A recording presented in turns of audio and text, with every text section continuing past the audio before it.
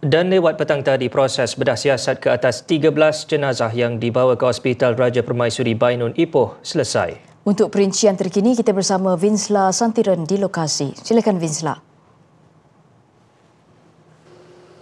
Terima kasih kepada rakan penyampai di studio. Ia langsung dari Jabatan Forensik Hospital Raja Permaisuri Bainun Ipoh.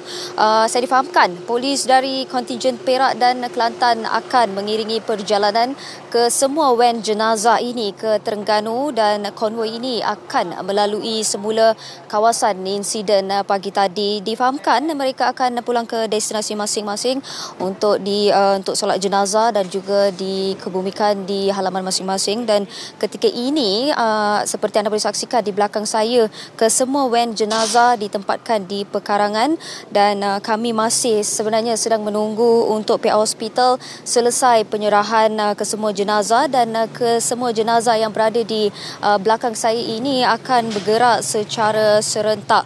Dan sementara itu, saya ingin maklumkan Ketua Polis Perak Datuk Nur Hisham Nordin berkata pihaknya telah memperolehi rakaman kamera papan kemuka ataupun dashcam yang dikaitkan dengan kemalangan itu, dan akan menjalankan siasatan lanjut mengenainya. Dan terdahulu 15 wan jenazah bergerak dari Jertih Terengganu ke Hospital Gerik dan Raja Permaisuri Bainun Ipoh untuk membantu proses membawa pulang jenazah.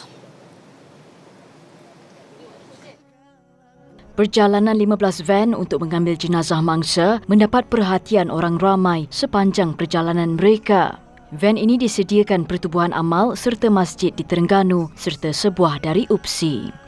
Pengerusi Pertubuhan Amal Komuniti Besut Terengganu, Muhammad Azizul Azli Muhammad Sani berkata, pemandu van jenazah ini berkumpul di Masjid Hatari. Mereka kemudian berkonvoi ke Ipoh dan Kerik kira-kira jam 10 pagi dengan diiringi unit kereta peronda polis. Suasana hiba turut dirakam apabila van jenazah ini melalui lokasi kejadian. Sekian laporan dari Hospital Raja Permaisuri Bainun Ipoh. Kembali bersama rakan penyampai di Balai Berita Bangsa.